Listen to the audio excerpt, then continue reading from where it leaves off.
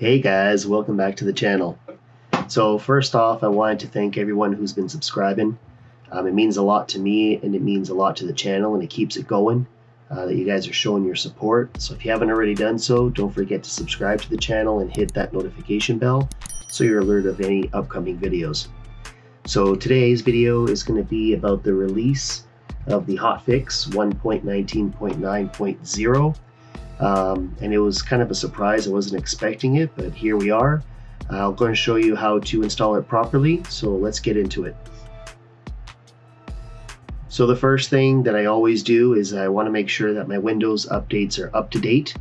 So check that. Obviously, I've done mine already. Everything is good. I don't have any updates, but you want to make sure that your updates in the next part is always done, because it's important. If they're not done correctly, then you may have some issues while you're playing the game. So the second thing you want to check is, of course, your graphics driver.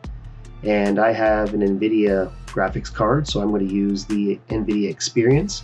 And you're just going to click on check for any updates. And again, mine is up to date, so I have nothing to install there. And now you're going to go into your Microsoft Store, and you're going to go search for updates here. So normally on any kind of update that you have for the sim, you're going to have a couple of different areas where you're going to have to update. This is one of them. So when you search for updates, what you should get is one notification from Microsoft Flight Simulator, which will end up popping up. And it's usually a small little patch that you're going to download, and this is what's going to trigger the game to install the additional patch or update that it requires in order for you to be up to date.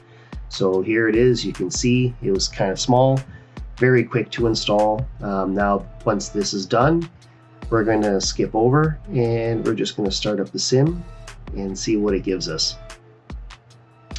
So once you start up the sim, you're going to see here we're greeted with another 80 megabyte patch.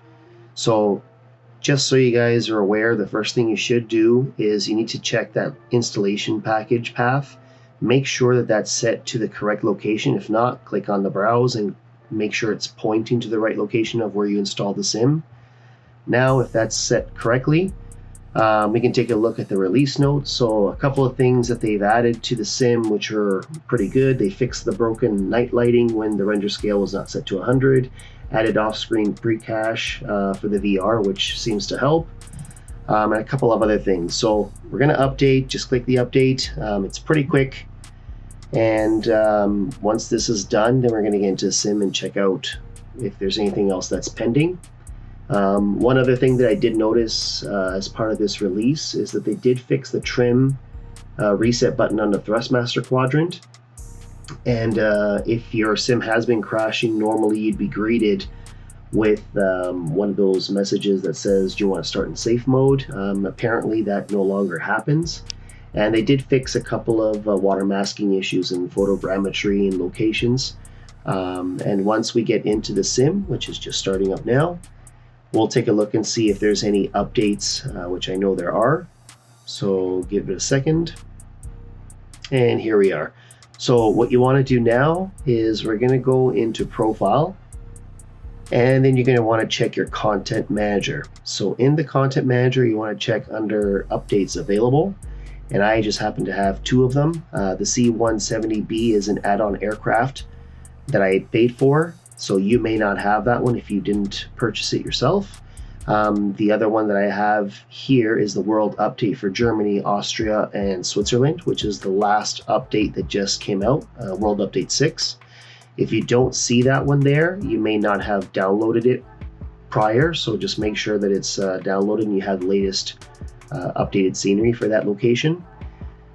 So again, you just check mark it, update all, and then you're going to click update. You'll see this one kind of takes a little bit longer, but you'll see that it's updating with those bars, and this should be almost done.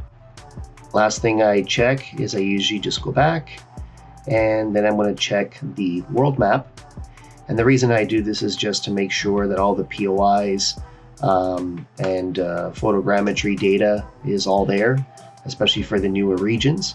So if you hadn't updated your content for the world updates prior, this is what your map should look like.